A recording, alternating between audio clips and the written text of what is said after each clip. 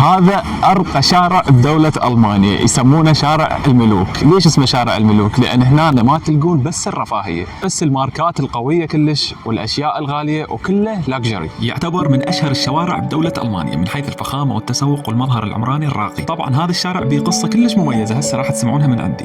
عمر الشارع أكثر من 200 سنة، تم تشييده بعام 1802 بقلب مدينة ديسلدورف الألماني. تلقون به كل الماركات العالمية مثل كارتير وديور ولوي فيتون ورولكس وأبل وكل الماركات الفخمة. القصة وراء تسمية هذا الشارع بشارع الملوك لأن في قديم الزمان أحد ملوك ألمانيا اسمه فريدريك الرابع اجى زيارة لهذا الشارع، وبنفس الوقت اجوا سكان المدينة كلهم غضب وبقوا يرمون روث الحصان على معطف الملك، وهاي الحادثة اعتبرت إهانة كبيرة للملك.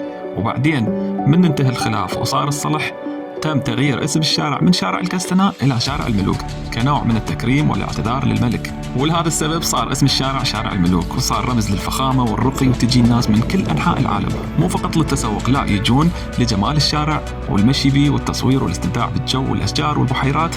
وأكثر شيء شد انتباهي بهذا الشارع هو كثرة السيارات الفارهة، كلها بنتلي وبورش ومرسيدس وأنواع وأشكال السيارات، بحيث حتى التاكسي مالتهم عبارة عن مرسيدس آخر موديل. بعد اللي شفناه هذا الشارع يستحق تسمية شارع الملوك، على قولتهم اسم على مسمى.